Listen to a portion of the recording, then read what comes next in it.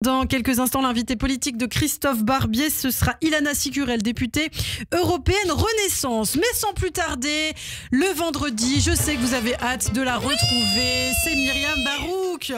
On chante ? Ah mais bien sûr. 3, 4. Le billet de Shabbat. Ah, vous m'avez pas suivi cette fois, je suis déçue. Non, j'ai eu le retour de Nelou la semaine dernière. Il était pas hyper fan, je crois, de ma voix globalement. Mais comment ça va, Ilana ? Bah, ça va et vous ? Bah, très bien. Écoutez, ce matin, on va parler de la colère des agriculteurs, des autistes Asperger et un peu de mes filles, parce que ça fait longtemps et qu'on a beaucoup de demandes à la rédaction de Radio J pour que j'en parle plus souvent. Et évidemment, tout ça sans aucune transition. C'est parti. C'est parti, allez. Alors, vous vous rappelez, Ilana, il y a 2 semaines, je vous disais les panneaux à l'envers égale agriculteur en colère. Vous Tout à fait. vous rappelez, Ilana ? Vous avez été avant-gardiste. Et je vous avais appris la nouvelle. Peu de gens le savaient. Et ben apparemment, vous n'étiez pas toute seule. Emmanuel Macron non plus, il ne savait pas. Et ben là, il le sait. Aïe, voilà. Alors là, c'est plus les panneaux qui veulent retourner, c'est Paris. Voilà. Alors moi, j'avais dit, Emmanuel Macron, en haut de son jet privé, il pouvait pas aller voir les panneaux. J'avais dit, ça va pas suffire. Bon, là, le président devrait voir les agriculteurs, vu qu'ils viennent à Paris, à domicile, quoi, enfin directement. Ils te livrent en bas de chez toi leur colère, les Deliveroo du SEUM. Donc là, on se dit, c'est sûr, Emmanuel Macron va les voir et les entendre. Bah non, il part en Inde. Voilà, on dirait les Parisiens qui se cassent pour éviter la merde des JO. En plus, il y a bien une catégorie que tu dois craindre, c'est bien les agriculteurs. Tu sais, c'est des gens qui arrivent à élever des animaux, les soigner, en prendre soin, les faire bien grandir, puis les tuer, les découper, les vendre pour les manger. Même pas en rêve, je veux énerver un agriculteur.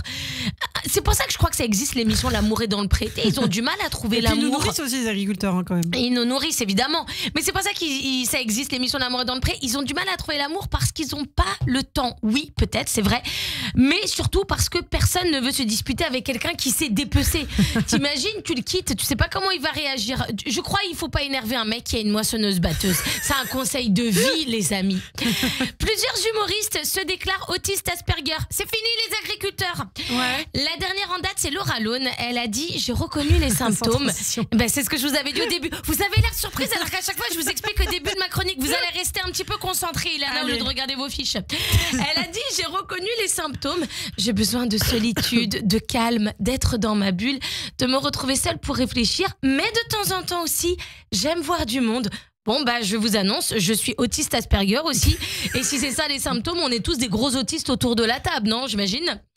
Alors, les humoristes autistes Asperger, c'est les flexitariens de la viande. Vous connaissez les flexitariens ? C'est ceux qui disent « je mange de la viande, mais pas tous les jours ». Mais qu'au restaurant ou de la bonne viande, de la très bonne viande.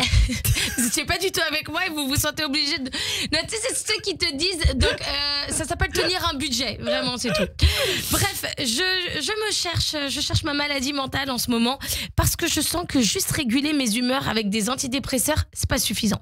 Alors, j'ai bien fait un séjour en hôpital psychiatrique il y a quelques années, mais je suis restée que quelques jours et il y avait des horaires pour se laver. Non mais what the fuck ? J'aurais mis 1 étoile sur TripAdvisor. Et j'ai piqué le pyjama bleu avec le nom de l'établissement. Je sais pas pourquoi j'ai fait ça. D'habitude, je pique les mini shampoings dans les hôtels, mais là, il y avait que ça à prendre. Ma fille l'a vu et elle m'a dit l'autre jour, elle m'a dit « Maman, c'est qui Santane ?» Je dis « Ah, si t'as mes gènes, tu le découvriras un jour, mon amour. » Donc, je cherche ma maladie mentale parce que j'ai déjà trouvé pour ma vie. Et Vie, elle est HPI, vraiment. Elle est tellement intelligente, une grande artiste aussi. Elle est différente. J'attends que ce soit officiel, mais je crois que c'est le machiar, vraiment. Et Rachel, me direz-vous, Ilana, évidemment. Ma Rachel, elle est parfaite. C'est mon enfant ordinaire parfait.